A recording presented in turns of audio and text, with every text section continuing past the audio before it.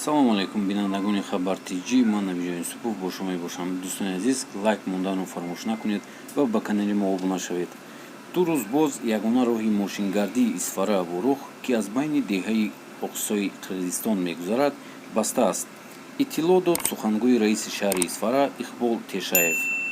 ба гуфтаи вай, ҷониби Қирғизистон роҳро баъд аз муноқишаву тирпарронӣ, ки рӯзи 22 июли соли равон сурат гирифта, баста то ҳол боз накардааст. Инчунин Иқбол Тешаев афзуд, ки дар ҳоли ҳозир интиқоли ду нафаре, ки дар муноқишаи ахир захмӣ шуданд, ва ҳолати онҳо вазнин аст, ба мушкилот рӯ ба рӯ шудааст. онҳо бояд дар бемористони марказии шаҳр ҷарроҳӣ шаванд, аммо мутаассифона ба сабаби баста шудани роҳ натавонистем онҳоро аз ворух барорем ва ба бемористони Исфара интиқол диҳем, гуфт вай. сухангӯи раиси шаҳри Исфара зикр кард, ки дар ҳоли ҳозир гуфтушуниди мақомоти ду кишвар идома дорад. ёдрас мешавем, ки ахиран мақомоти Тоҷикистону Қирғизистон тасмим гирифтанд, ки муноқишаи ва тирпарронӣ дар марзро якҷоя санҷиш кунанд.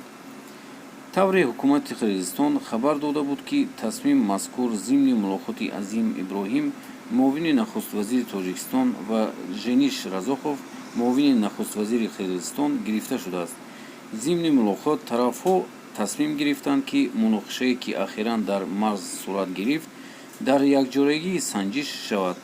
инчунин тарафҳо дар бораи назорати муштараки марз ва бештар намудани корҳои фаҳмондиҳӣ миёни аҳолии назди марзии ду кишвар ба тавофуқ расиданд, таъкид намудааст ҳукумати Қирғизистон.